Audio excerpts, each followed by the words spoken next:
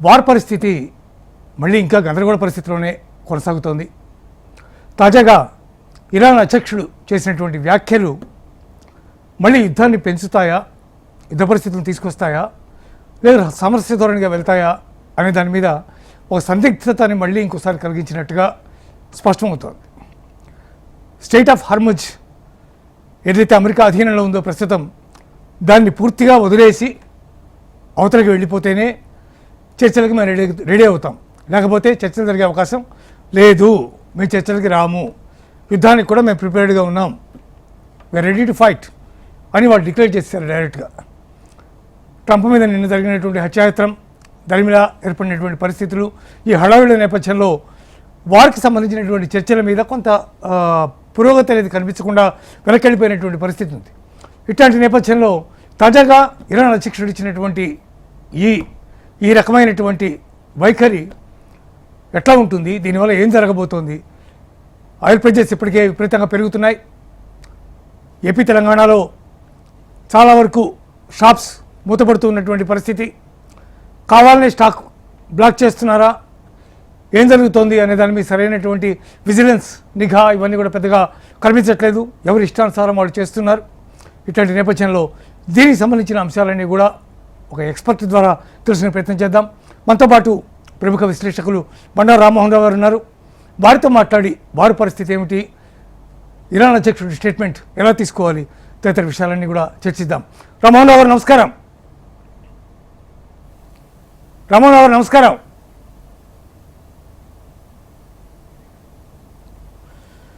రామ్మోహన్ రావు గారు ఇంకా అందుబాటులోకి రాలేదు. ఆంధ్రప్రదేశ్లో పరిస్థితి మరి దారుణంగా ఉంది. దాదాపు బ్యాంకులన్నీ కూడా మూసేస్తున్నటువంటి పరిస్థితి.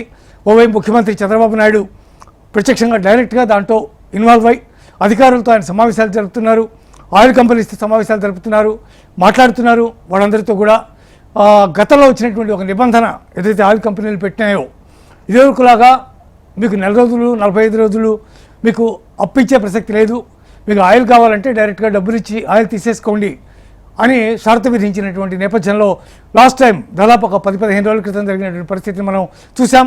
ఆ పరిస్థితులు యథాతథంగా ఇప్పుడు ఏపీలో మళ్ళీ కొనసాగుతున్నాయి. తెలంగాణలో కూడా కొంత ఇబ్బందికరంగా ఉంది పరిస్థితి. రామ్మోహన్ రావు గారు వచ్చేసారు లైన్లోకి. రామ్మోహన్ గారు నమస్కారం. ఇరాన్ అధ్యక్షుడు ఇచ్చినటువంటి స్టేట్మెంట్ కనుక చూస్తే మనకి చాలా సందిగ్ధత ఏర్పడుతోంది. మళ్ళీ స్టేట్ ఆఫ్ హార్ముజ్ని ఖాళీ చేస్తే తప్ప మేము చర్చలకు వచ్చే ప్రశ్నే లేదు, రాము చర్చలకి, మేము వీఆర్ రెడీ టు ఫైట్, యుద్ధం చేసే సామర్థ్యం మా దగ్గర ఉంది, ఎంతకాలమైనా మేము యుద్ధం చేస్తాం, అంతేకాని మాకున్నటువంటి అధికారాన్ని సార్వభౌమత్వాన్ని వదులుకోవడానికి మేము సిద్ధంగా లేవని చెప్పి ఇరాన్ అధ్యక్షుడు స్టేట్మెంట్ ఇచ్చారు. ఇలాంటి నేపథ్యంలో ట్రంప్ వైఖరి ఎలా ఉండబోతోందని మీరు అనుకుంటున్నారు? వసా గారు, మీకు అట్లాగే హెచ్ఎండి ప్రేక్షకులు నమస్కారం. మొదటి నుంచి ఈ తప్పులో పెద్ద భాగస్వామ్యం అమెరికా అనుకున్నాను. చర్చలు అంటూనే హెచ్చరికలు చేస్తుంది. చర్చలకు హెచ్చరికలు ఉండొద్దు కదా. చర్చలు ఇద్దరు సమానుల మధ్యన, అంటే మన కయ్యానికైనా సమానస్కందుకు కావాలంటారు కదా. ఏమన్నా చర్చలు అని చెప్పి ఇది కాకపోతే ఈ పని చేస్తాం ఆ పని చేస్తామని హెచ్చరించడం వల్ల ఇది చెడిపోయింది అంటున్నాను నేను. ఖచ్చితంగా ట్రంప్ వ్యవహార శైలి బట్టి ట్రంప్ దురుసు మాటల వల్లే చెడిపోయింది అంటున్నాను. మొదటి రోజు 21 గంట చర్చలో కూడా అదే జరిగింది అంటున్నాను. జోవాన్స్ కి ఒక రకంగా చెప్పాలంటే ఎట్లానే చెడగొట్టుకుని రమ్మని చెప్పిండా అనే మాట అనిపిస్తుంది. ఎందుకంటే జోవాన్స్ విమానం దిగ్గాని పాకిస్తాన్ ఏమన్నారు, నేను ట్రంప్ సూచనల మేరకు పూర్తి స్థాయిలో ఆయనతో అన్ని రకాలుగా అనుమతించి మాట్లాడినా. ఉద్దేశం ఏంటంటే ఇద్దరి మధ్య విభేదాలు కూడా కొంత ఇట్లాంటివి నడుస్తున్నాయి అనుకుంటున్నాను. ఎందుకంటే మనకు అమెరికా ఉపాధ్యక్షుడు జోవాన్స్ యుద్ధానికి వ్యతిరేకంగా ఉన్నారు చూస్తున్నాం మనం. అటువంటిది ఎప్పుడైతే అమెరికా అధ్యక్షుడు తానేమో కయ్యానికే కాల్తవుతున్నారు, ఈ రెండింటి మధ్యన కూడా కొంత గందరగోళం జరుగుతుంది. పాకిస్తాన్ మధ్యవర్తిత్వం కూడా ప్రసాద్ గారు అది కరెక్ట్ సరైనది కాదు. వాళ్ళు మధ్యవర్త లేకుంటే స్పెక్టేటరా, అంటే సమానంగా ఉండాలి. మధ్యవర్తి అనేవాడు ఇద్దరిని కూడా సమానంగా చూడాలి, ఇద్దరిని కూడా వాళ్ళు అదుపులో పెట్టగలగాలి. అది విడిచిపెట్టి మొదటి చర్చలు అప్పుడే మనకు ఇజ్రాయెల్ మీద దురహంకార వ్యాఖ్యలు చేసిండు మన అమెరికా, మన పాకిస్తాన్ అధ్యక్షుడు కానీ పాకిస్తాన్ ప్రధానమంత్రి కానీ చూసాం, మన సైన్య అధ్యక్షుడు కానీ. ఇటువంటి సభ్యుడి కాదు కదా, అప్పుడే చెడిపోయింది కదా. ఇప్పుడు మధ్యవర్తికి చాలా ఓపిక ఉండాలి. మిగతా వాళ్ళకంటే ఇద్దరు ప్రత్యర్థులు అక్కడ వచ్చి నిలబడుతున్నారు అంటే ఇద్దరి మధ్యన అవసరమైతే అన్ని రకాల సదుపాయాలు కల్పించాలి. హోటల్ బిల్లు కట్టలేని వాళ్ళు మధ్యవర్తిత్వానికి ఒప్పుకున్నారు. సరే, మంచి చోటు మనందరం ఆహ్వానించినాం, చర్చ జరగాలని కోరుకున్నాం. కానీ అది పెంచుకోవడానికి ప్రధానంగా మధ్యవర్తిత్వ పాత్రను పోషిస్తున్న పాకిస్తాన్ ఎంత బాధ్యతో ట్రంప్ కూడా అంతే బాధ్యత. వైస్ వర్స, నువ్వు అదంటే ఇదంటారు కదా, మొదటి నుంచి మొండివాడు రాజు కంటే బలవంతుడు కనుక ఇరాన్ అట్లాగే వ్యవహరించింది. మొన్నటి చర్చలు, రెండోసారి చర్చలు చూడండి, ఇరాన్ వాళ్ళు వచ్చారు ప్రతినిధులు, వీళ్ళు రాలే కదా. రాకముందే ఆ రకరకాల అవాకులు చవాకులు పేరిండు మనకు ట్రంప్. దానివల్ల మళ్ళీ రెండోసారి చర్చలు కూర్చోలేకుండా వెళ్ళిపోయిండు, మొదలు వెళ్ళిపోయింది వాళ్ళు. మేము పంపము, 18 గంటల ప్రయాణం వేస్ట్ అని కూడా ఒక మాట ట్రంప్ అన్నాడు. అంటే ఏమన్నట్టు, కాగల కార్యం గంధర్వులు తీర్చిందంటూ వాళ్ళు పోయింది కనుక మేము రాలేదు అనే మాట తీసుకురావడానికి ఇది వాడారని తెలుస్తున్నది. మీరు అన్నిటి దీనివల్ల ఎప్పుడు కూడా, ఇప్పుడు మనకు సెన్సెక్స్, ఫారెక్స్ నిధులు రకం చూస్తుంటాం కదా మనం, అప్ అండ్ డౌన్ ఆర్థిక పరిస్థితులు అప్ అండ్ డౌన్ కావడానికి కూడా చర్చలు కూర్చున్నప్పుడు ఒక రకంగా అవుతుంది, చర్చలు పోగానే ఒక రకంగా అవుతుంది.